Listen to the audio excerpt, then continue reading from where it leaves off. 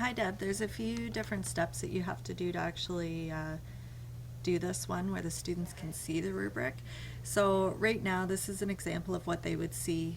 Here's a discussion set up that right below they would actually be able to pull up the rubric that you're going to be scoring them with. So how to do that, you need to do a few different steps. So let me just go in and show you from a teacher point of view. Okay, so a couple of things. One, when you click down beside the discussion topic, you'll see edit topic.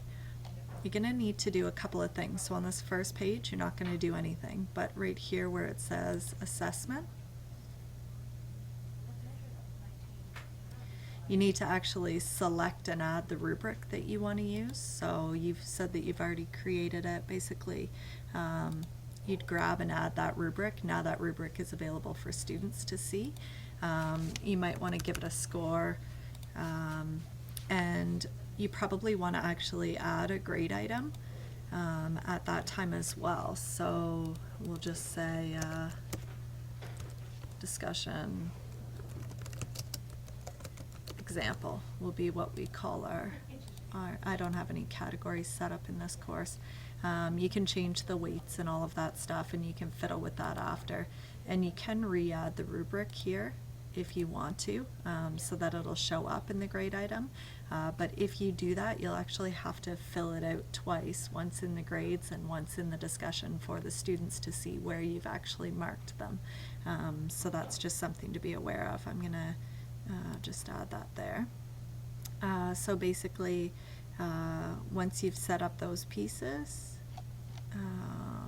you can just save and close. Probably should have done it over there.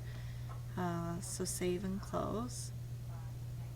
Now when you go into that discussion, you've got a couple of options. This assess topic won't show up before you actually tie a grade item to it or put a rubric with it. But now if you're a teacher, when you go in,